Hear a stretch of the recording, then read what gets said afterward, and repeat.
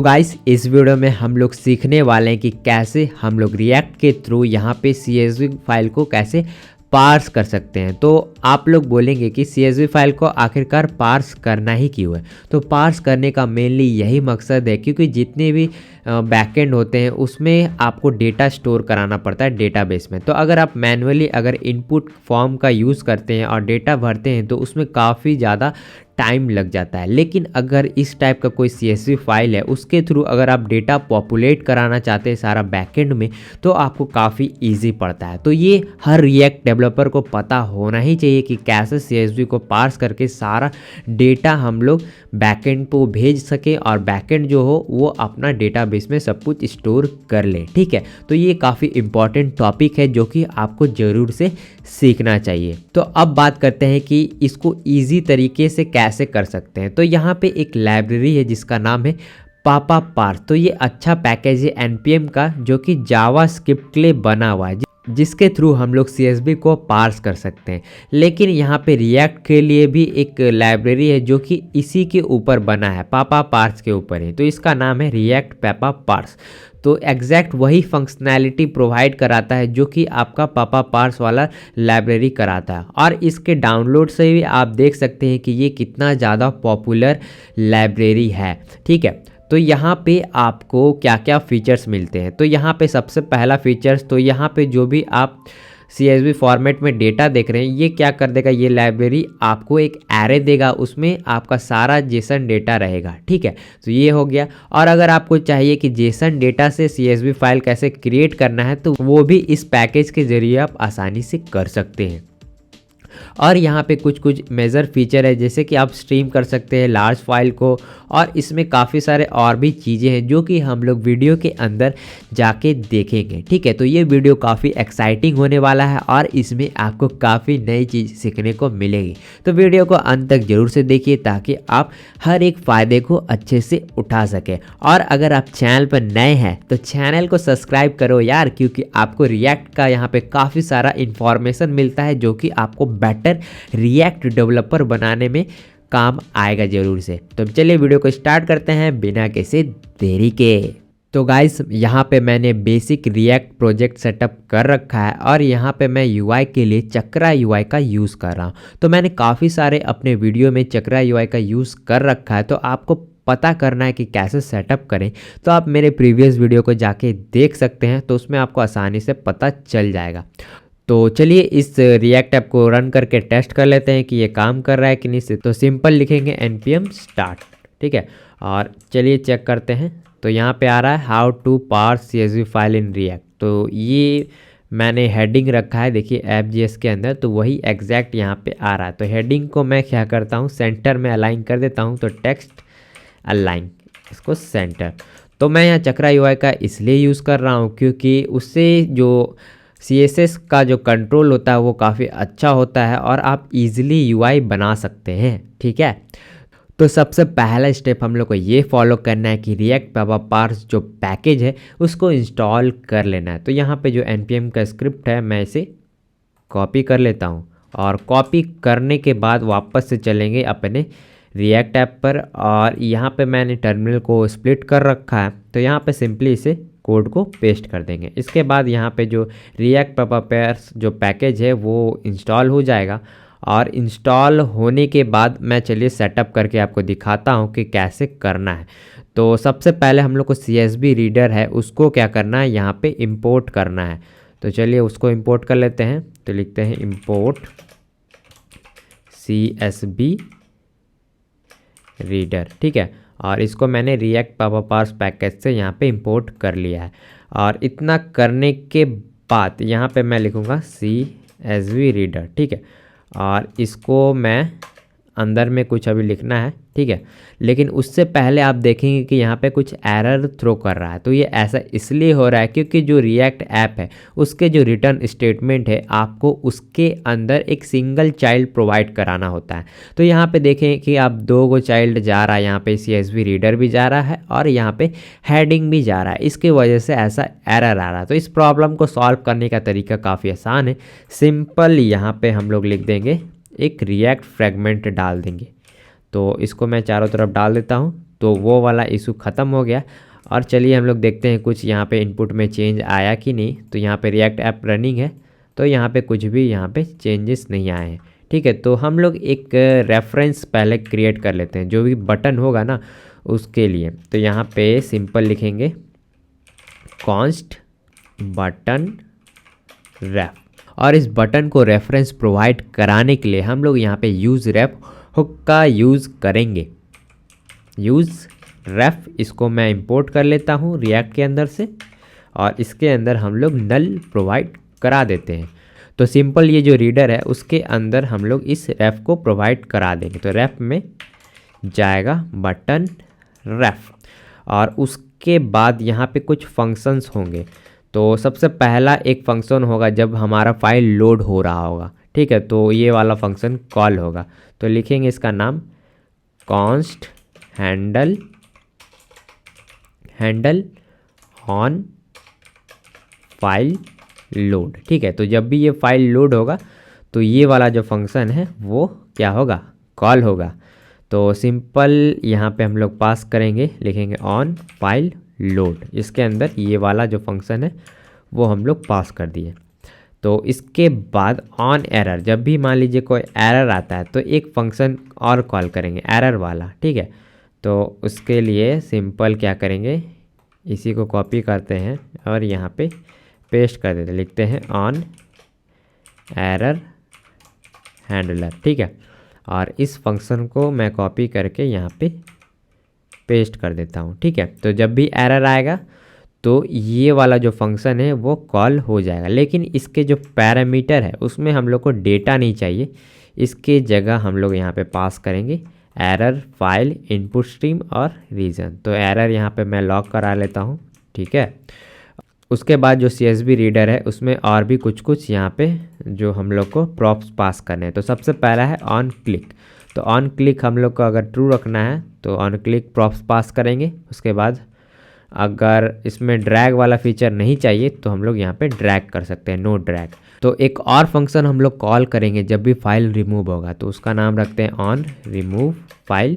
ठीक है, तो इसका मैंने फंक्शन अभी बनाया नहीं है तो मैं बना लेता हूँ यहाँ पे कॉन्स्ट हैंडल फाइल रिमूव। ठीक है, और इसके अंदर सिंपली वही डेटा है, इसको लॉक करा लेते हैं। ठीक है, और ये जो फंक्शन है हम लोग यहाँ पे पास कर देंगे। तो ये जो CSV फाइल रीडर है अब देखते हैं काम कर रहा है कि नहीं। तो देखते हैं, तो यहाँ पे एक ब्लैंक आ रहा है। यहाँ पे कुछ CSV को ओपन करने का तो ऑप्शन आ रहा है, देखिए यहाँ पे लोड हो गया, लेकिन यहाँ पे कुछ अच्छा तरीके से नहीं दिख रहा है। तो उसके लिए हम लोग क्या करेंगे, यहाँ CSV रीडर के अंदर एक बटन कस्टम वाला डालेंगे। तो अभी फ़िलहाल जो हम लोगों ने रेफ यूज़ किया है ना, इसी रेफरेंस का यूज़ करें हम लोग, कस्टम बटन ऐड करने वाले हैं। ठीक है, तो उसके लिए यहाँ पे हम लोग एक फंक्शन कॉल करेंगे और ये फंक्शन के अंदर हमारा जाएगा बटन ये सब। ठीक है, तो यहाँ पे जो कॉलबैक फंक्शन है उसके अंदर कुछ आएगा फाइल। ठीक है, और इस फाइल को हम लोग यहाँ पे यूज़ करेंगे। सबसे पहले ले लेंगे एक बॉक्स। ठीक है, तो ये बॉक्स है चक्रा का कंपोनेंट, और इसमें हम लोग कुछ प्रॉपर्टी डालेंगे। तो बॉक्स की जगह हम लोग फ्लेक्स ले लेते हैं, ज़्यादा बेटर रहेगा। और इस फ्लेक्स के अंदर हम लोग सिंपली क्या करेंगे, मार्जिन दे देंगे 10 का। तो ये फ्लेक्स है, उसके अंदर एक बटन ले लेते हैं। ठीक है, और बटन का नाम रखते हैं CSV अपलोड। ठीक है, इसको सेव करते हैं। तो यहाँ देखिए CSV अपलोड आ गया। तो यहाँ मैं क्लिक कर रहा हूँ तो कुछ नहीं हो रहा है। तो जो रेफरेंस हम लोगों ने बनाया था ना, उस रेफरेंस का यूज़ करके हम लोग क्या करेंगे, CSV रीडर खोलेंगे। ठीक है, ये वाला रेफरेंस का यूज़ करके। तो यहाँ पे मैं क्या करता हूँ, एक फंक्शन बना लेता हूँ कॉन्स्ट हैंडल ओपन रीडर। ठीक है, CSV रीडर नाम रखते हैं, CSV रीडर। ठीक है, और इसके अंदर इवेंट आएगा, और जो इवेंट है वो हम लोग सिंपली एक इफ़ चेक लगाएंगे कि बटन का जो रेफरेंस है अगर करंट मौजूद है तब हम लोग यहाँ पे ओपन करेंगे, ठीक है। तो ये वाला जो फंक्शन है एग्जैक्ट हम लोग यहाँ पे ऑन क्लिक में यहाँ पे डाल देंगे, ठीक है। तो यहाँ मैंने पेस्ट कर दिया, तो यहाँ पे मैंने पेस्ट कर दिया। चलिए अब देखते हैं क्या रिज़ल्ट आ रहा है। तो मैं यहाँ पे CSV अपलोड पे जैसे क्लिक कर रहा हूँ तो यहाँ पे कुछ भी खुल नहीं रहा है। तो मुझे लगता है कि मैंने इवेंट पास नहीं किया। तो हाँ देखिए, इवेंट पास नहीं किया था, इसके वजह से इशू आ रहा था। तो एक बार रिलोड करते हैं और एक बार फिर से ट्राई करते हैं। तो देखिए यहाँ खुल रहा है। तो मैं कोई सा भी रिकॉर्ड चुन लेता हूँ CSV वाला, ठीक है। तो यहाँ पे देखिए लोडिंग हो गया। तो यहाँ पे मुझे पता नहीं चल पा रहा है कि मेरा जो फाइल अपलोड हुआ है कि नहीं यहाँ पे। तो उसके लिए मैं क्या करता हूँ, फाइल नेम लगा देता हूँ, ठीक है।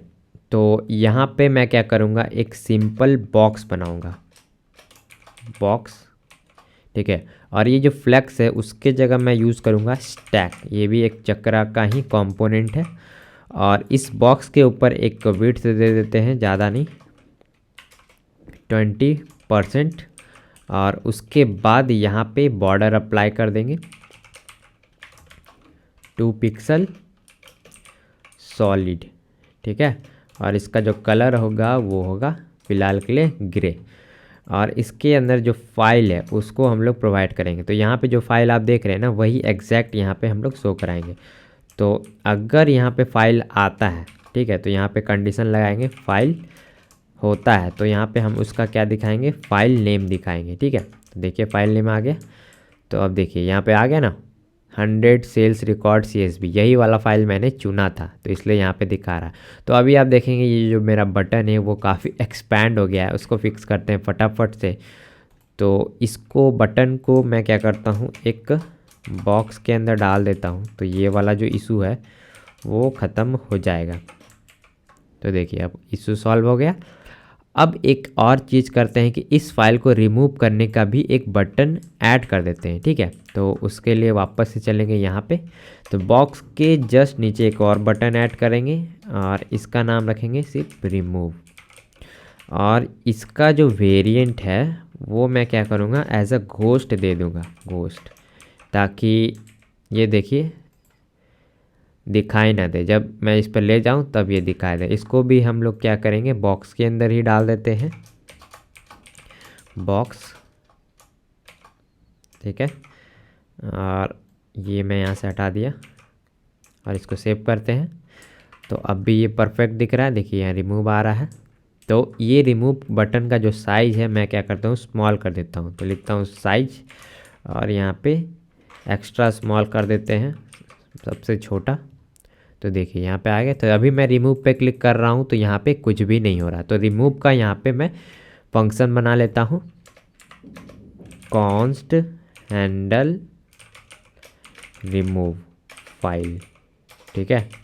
और इसके अंदर हमें क्या क्या मिलेगा, उसी तरीके से इवेंट मिलेगा। तो इस इवेंट के मदद से हम लोग फाइल को रिमूव करेंगे। तो यहाँ पे सिंपल एक स्टेटमेंट लगाएंगे, if button ref dot current अगर होगा तो हम लोग क्या करेंगे, button current dot remove file dot E, ठीक है। ये सिंपल पास करेंगे। और ये वाला जो फंक्शन है मैं ऑन क्लिक पे लगा देता हूँ, ऑन क्लिक पेस्ट, ठीक है। इसको सेव करते हैं और चलिए देखते हैं जादू हटता है कि नहीं। तो अब मैं रिमूव पे क्लिक करता हूँ तो देखिए हट चुका है।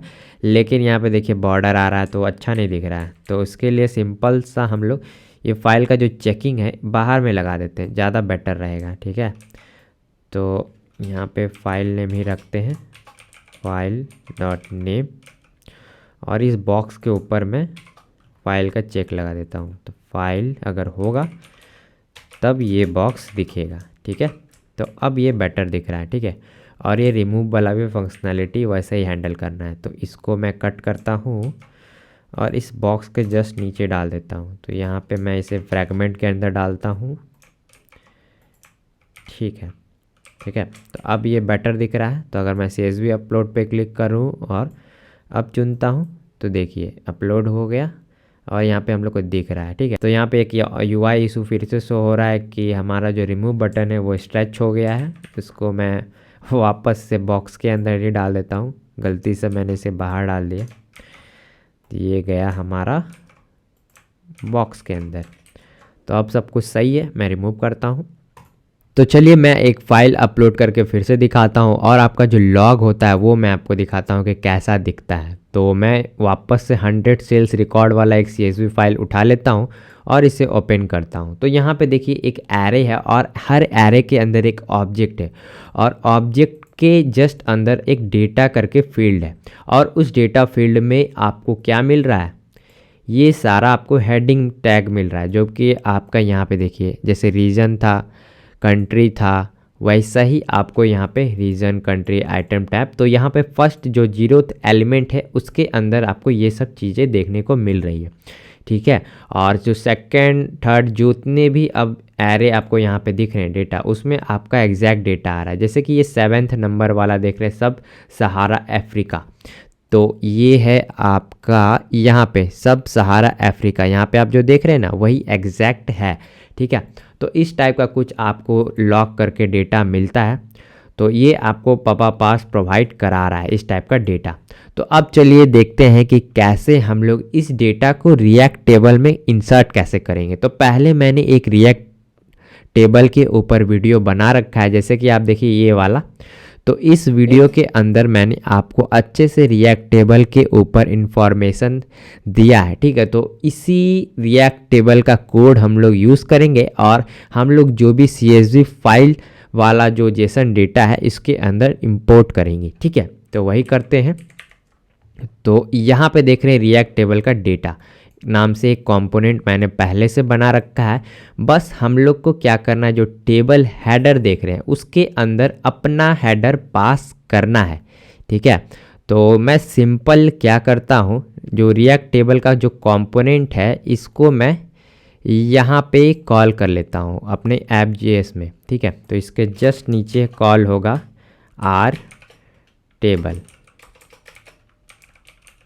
ठीक है। मैंने इसे इंपोर्ट कर लिया, लेकिन इंपोर्ट करने के बाद अभी भी ये काम नहीं करेगा। इसमें हम लोगों को कुछ डेटा पास करना है, जैसे कॉलम्स हो गया और ये जो डेटा है, ठीक है। तो ये डेटा अभी कहाँ मिलेगा मैं आपको दिखाता हूँ, ठीक है। और यूज़ मेमो जो हमारा हुक है उसके अंदर सारा डेटा पास करना होता है, ठीक है। तो यहाँ पर भी मैं बना लेता हूँ, ये बन गया, ठीक है। और यूज़ मेमो को मैं क्या करता हूँ, इंपोर्ट कर लेता हूँ। और ये जो टेबल हेडर्स देख रहे हैं उसमें हम लोग को क्या पास करना पड़ेगा, तो हम लोग को पास करना पड़ेगा ये 0th एलिमेंट में जितना भी ये जो डेटा देख रहे हैं ना वही एग्जैक्ट हम लोग को वहाँ पे पास करना पड़ेगा। तो उसके लिए हम लोग 2 स्टेट वेरिएबल बना लेते हैं, जिसमें हम लोग हेडर का डेटा रखेंगे और जो भी रो का डेटा रखेंगे, ठीक है। तो सिंपल मैं एक बनाता हूँ, कॉन्स्ट लिखते हैं कॉलम डेटा, ठीक है। और इसको सेट भी करना होगा, सेट कॉलम डेटा, ठीक है।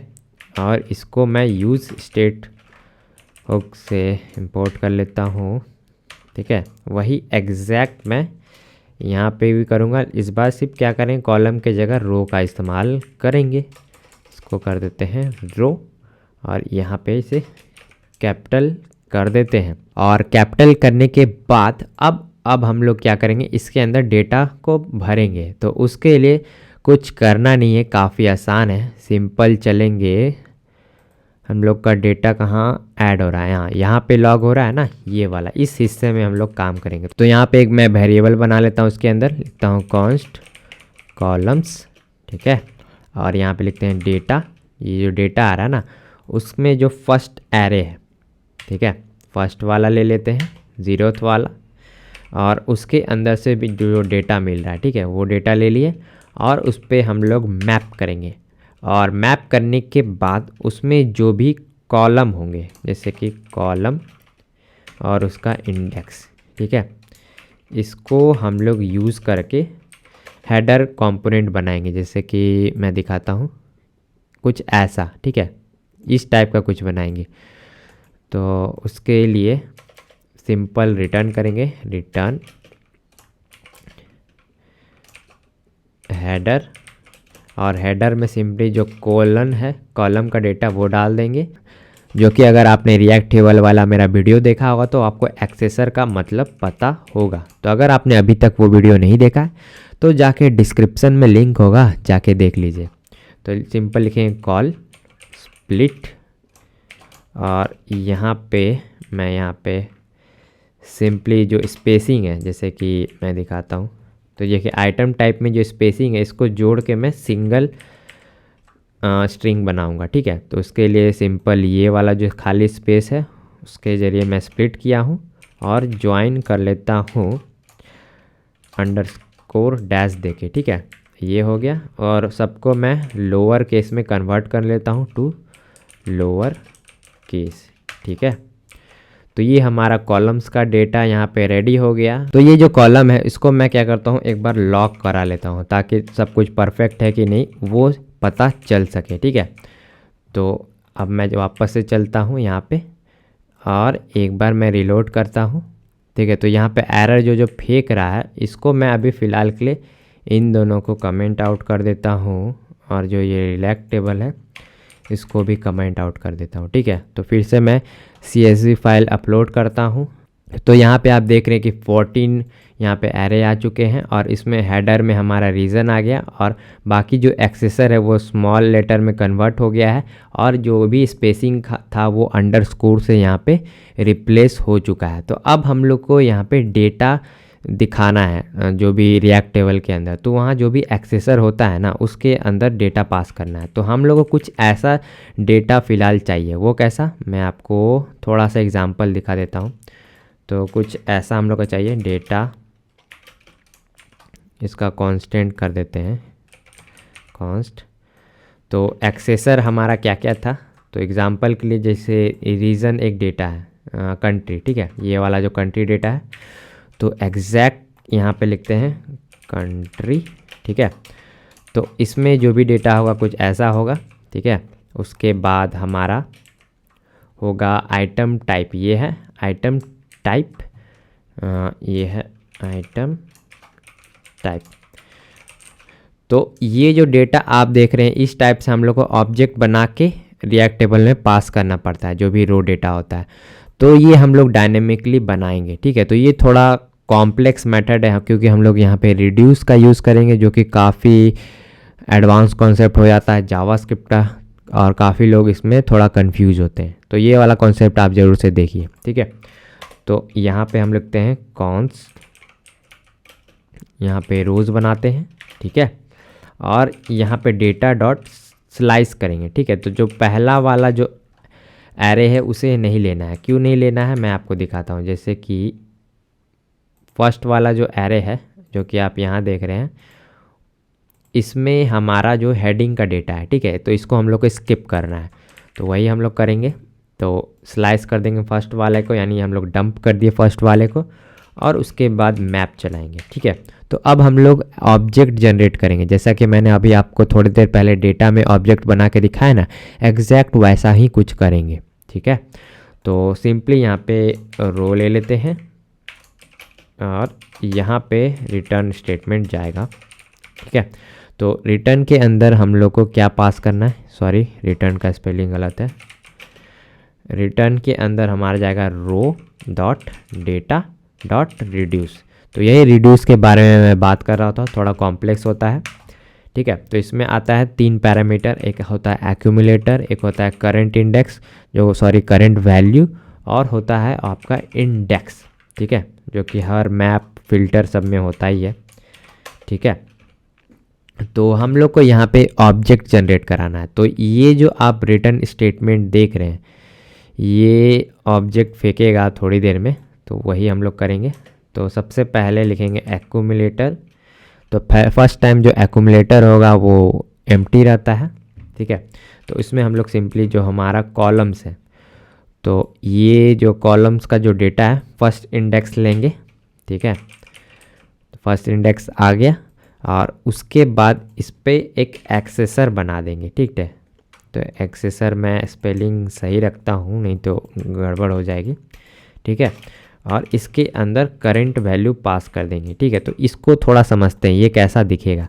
तो ये जो करंट वैल्यू है कुछ ऐसा दिखेगा। तो फर्स्ट नंबर पे हमारा देखें जैसे डेटा खोलते हैं तो यहाँ पे देखिए ऑस्ट्रेलिया एंड ओशियाना है, ठीक है। तो फर्स्ट में हम लोग क्या करें कि रीजन वाला जो की है ये यहाँ पे हम लोग ले रहे हैं। जैसे कि सबसे पहले हम लोग रीजन बनाएं, रीजन, और उसके बाद हम लोग क्या कर रहे हैं, ये जो करंट वाला फील्ड है यानी कि ये ऑस्ट्रेलिया ओशियाना, ठीक है, इसको हम लोग एग्जैक्ट यहाँ पे डाल रहे हैं। तो कुछ ऐसा बिहेवियर हम लोग इस लाइन ऑफ कोड के ज़रिए पूरा कर रहे हैं।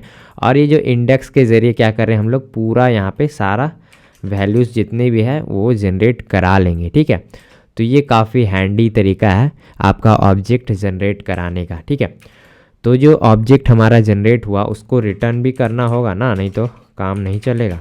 तो एक्यूमुलेटर को हम लोग यहाँ पे रिटर्न कर दिए। तो ये हमारा रोज़ तो तैयार हो गया। तो इस रोज़ को मैं आपको लॉक करा के अब दिखाता हूँ कि कैसा दिख रहा है। जैसा मैंने बताया वैसा दिख रहा है कि कुछ और अलग दिख रहा है। तो यहाँ पे मैं जैसे ही इंपोर्ट कर रहा हूँ तो आप देखेंगे कुछ भी शो नहीं हो रहा है। वो ऐसा इसलिए हो रहा है क्योंकि एक्यूमुलेटर में हम लोगों ने कुछ दिया ही नहीं है। तो ये जो रिड्यूस है उसका जो सेकंड पैरामीटर है उसमें आपको एम्प्टी ऑब्जेक्ट हम लोग देना वाले थे, और इसी एम्प्टी ऑब्जेक्ट में हम लोग क्या कर रहे हैं कि धीरे धीरे करके कीज़ ऐड कर रहे हैं इस सिंटैक्स का यूज़ करके, ठीक है। तो अब देखिए क्या होता है, मैं वापस से एक CSV फिर से वही वाला इंपोर्ट करता हूँ। तो देखिए कुछ ऐसा यहाँ हमें रिज़ल्ट देखने को मिल रहा है, और मैं एरे को खोल रहा हूँ तो देखिए कुछ ऐसा बिहेवियर हम लोग चाहते थे, क्योंकि हम लोग को इसे रिएक्ट टेबल के अंदर शो कराना है। तो अब ये अच्छे तरीके से शो होगा। तो अब हम लोग को ज़्यादा कुछ नहीं करना है, बस करना क्या है, इसको सेट करना है। तो हम लोग सिंपली क्या करेंगे, सेट रोज़ डेटा में हम लोग पास कर देंगे रोज़, और सेट कॉलम डेटा में हम लोग पास कर देंगे कॉलम, ठीक है, कॉलम्स होगा शायद, ठीक है। तो अब हमारा ये सेट हो जाएगा, और इस सेट डेटा को हम लोग क्या करेंगे, जो यूज़ मेमो के कॉलम से यहाँ पे फीड कर देंगे। तो सिंपल मैं यहाँ पे इसे डाल देता हूँ, और रोज़ डेटा यहाँ पे गया। तो यहाँ पे जो डिपेंडेंसी डेटा है उसमें कॉलम डेटा जाएगा, तब ये एरर ख़त्म हो जाएगा। रो डेटा यहाँ पे डाल देते हैं, ठीक है। और इस कॉलम और डेटा को अब हमारा जो रिएक्ट टेबल कंपोनेंट है, जो कि मैंने रिएक्ट टेबल वाले वीडियो में बनाया था, उसके अंदर मैं डालूंगा, ठीक है। तो सिंपली इस कोड को मैं क्या करता हूँ, कमेंट आउट कर देता हूँ। तो इस रिएक्ट टेबल वाला जो कंपोनेंट है उसके अंदर कॉलम्स और रो का डेटा हम लोग को पास कराना होगा, तभी हम लोग CSV फाइल का प्रीव्यू इसके अंदर देख पाएंगे, ठीक है। तो सबसे पहले यहाँ जो कॉलम्स प्रॉप्स है इसके अंदर हम लोग कॉलम्स का डेटा डाल देते हैं, ठीक है। तो कॉलम्स का डेटा कहाँ से आ रहा है, तो ये यूज़ मेमो करके जो कॉलम डेटा है वही एग्जैक्ट आ रहा है। तो रिएक्ट टेबल के अंदर आपको यूज़ मेमो का यूज़ करना पड़ता है, तभी वो आपका काम करता है, ठीक है। तो उसी तरीके ये जो डेटा है इसको हम लोग as a row data pass करेंगे, ठीक है, डेटा, ठीक है। तो अब क्या होगा, हमारा रिएक्ट टेबल अच्छे से काम करेगा। लेकिन एक छोटी सी मिस्टेक मैंने कर दी है कि जो कॉलम डेटा है उसको मैं क्या करता हूँ, एम्प्टी एरे इनिशियल डेटा में प्रोवाइड कर देता हूं, ताकि कोई एरर यहाँ पे ना फेंके, ठीक है। तो चलिए फाइनली अब हम लोग यहाँ पे CSV फाइल का हम लोग का आउटपुट देखने वाले हैं अपना रिएक्ट टेबल के अंदर, ठीक है। तो इसको मैं ओपन करता हूँ और अपना 100 सेल्स वाला जो रिकॉर्ड है उसको ओपन करता हूँ। तो देखिए यहाँ पे सारा डेटा यहाँ पे हमारा शो हो रहा है, और सब कुछ एकदम अच्छे तरीके से पॉपुलेट हुआ है। और ये जो आप रिएक्ट टेबल देख रहे हैं ना, इसके अंदर हम लोग सॉर्टिंग भी कर सकते हैं। तो अगर मैं कंट्री पे क्लिक करता हूँ, देखिए क्या होता है। तो देखिए ए वाले कंट्रीज फर्स्ट में आ गए। तो ये हर चीज़ों पे काम करता है, जैसे कि ऑर्डर प्रायोरिटी पे मैं क्लिक करता हूँ तो देखिए सी वाले सब पहले आ गए। अगर मैं ऑर्डर आईडी पे क्लिक करता हूँ तो देखिए सब यहाँ पे असेंडिंग ऑर्डर में आ गए। दोबारा से मैं क्लिक करूँगा तो ये चले जाएंगे डिसेंडिंग ऑर्डर में। तो ये मैंने रिएक्ट टेबल का जो वीडियो बनाया था उसमें मैंने अच्छे तरीके से कवर किया था, तो आप जाके वो वाला वीडियो देख लीजिए अगर आपको रिएक्ट टेबल के कंसेप्ट के बारे में नहीं पता है थे। और अगर आप इस वीडियो को अभी तक देख रहे हैं तो भाई सब्सक्राइब करो चैनल को, क्योंकि इस टाइप का हेल्पफुल कंटेंट आपको कहीं नहीं मिलेगा। ठीक है, तो मैं मिलता हूँ आपसे नेक्स्ट वीडियो में नेक्स्ट ट्यूटोरियल के साथ। तब तक के लिए बाय बाय।